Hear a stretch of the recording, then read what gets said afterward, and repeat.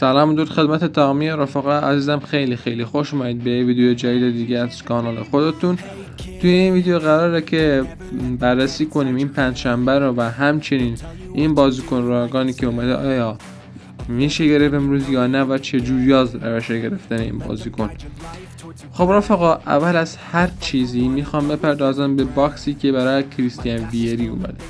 رفقا این باکس کریستیان ویری که 50 تا بازیکن است و ویری توشه و با 3 تا هایلایت که هایلایتاش بازیکن‌ها خیلی خوبی نیستم انصافا اگر از حق نگذاریم و فقط کریستیان ویری چه که خیلی به درد میخوره. واقعا خیلی شبیه به اون کارت قبلی 2025شه که اسکیل فنومنال فینیشینگ داشت. نه اون کارت بلیتسکرش رو نمیگم رفقا، کارت فقط فنومنال فینیشینگش رو میگم که این کارتش هم همون اسکیل رو داره. خیلی شبیه به اون کارتشه این کارتم و به نظر من کارت واقعا ارزشمند و خوبیه اگه گیرتون بیاد.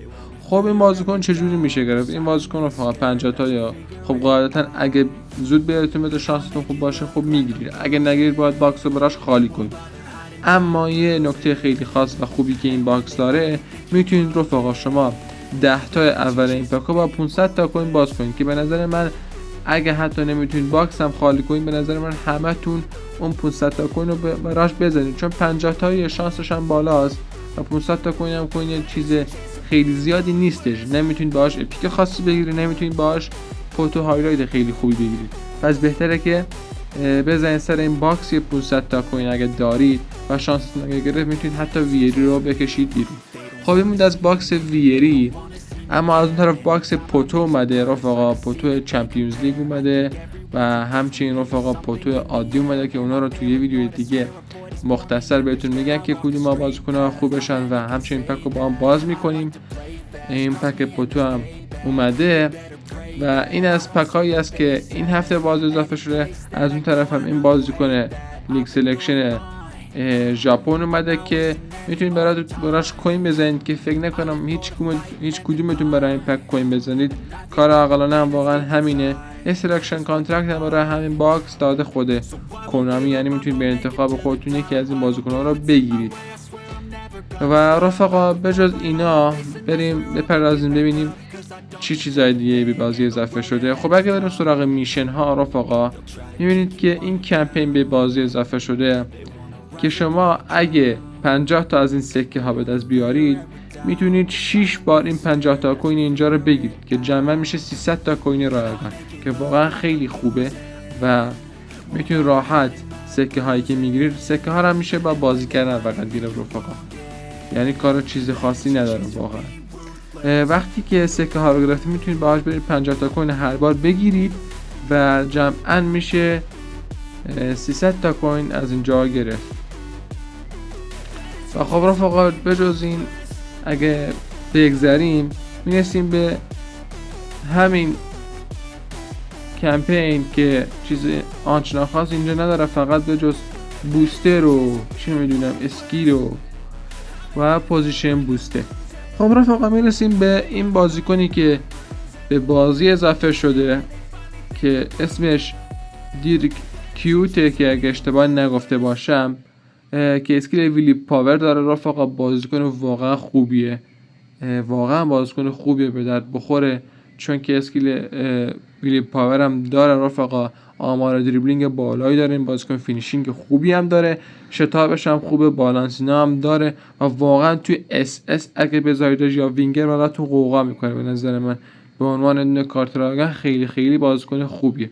خب چطوری میشه این بازیکن گرفت رفقا؟ این بازیکن که باکسش 30 تایی هستش، هر روز که شما تو بازی لاگین کنید به مدت 13 روز 13 تا شانس رایگان به شما میده از این باکس.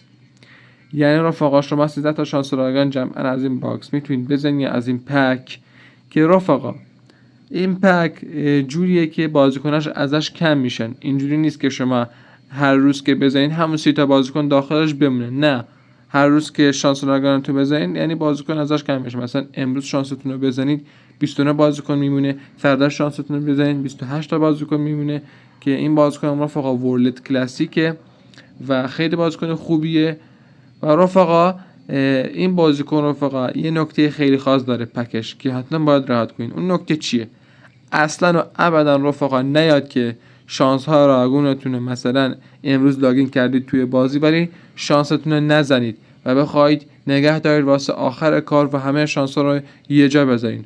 رفقا هر روز که شما تو بازی لاگین نکنید یا لاگین کنید شانستون رو نزنید، شانس اون روزتون پریده دیگه، نمیتونید اون رو بزنید. پس هر روز که وارد بازی میشید شانس راگانتون رو باید بزنید که به نظر من اون 13 تا روز یعنی 13 تا شانس راگان میده. هر روز سریع بیای لاگین کنید و شانستون رو بزنید. و خب اینجا ما هم کنار شما شانسمون رو میزنیم ببینیم میده این بازیکن یا نه، که نداده رفقا. و یه نکته دیگه ای که هست رفقا، این پک هم واقعا شانسیه. بازیکن راگان محسوب میشه این بازیکن، ولی دیگه گرفتنش هم به شانس بستگی داره. بعضیا هستن که واقعا حتی نمیتونن بگیرنش. خب رفقا به جز اینا باید بریم سراغ این تورنمنتی که به بازی اضافه شده، که تورنمنت چون ریژن من الان ژاپن نیست من نشون نمیده، ولی خب اگه بیاد بخش تورنمنت 2 تا تورنمنت جدید اومده که یکیشون که هر دوتاشون رفقا 50 تا کوین راگان میدن و یکیشون رتبه بندی هم داره که اگه رتبه خوبی بگیرید میتونید یه بازیکن راگان ژاپنی ازش بگیرید که واقعا به نظر من از دستش ندید.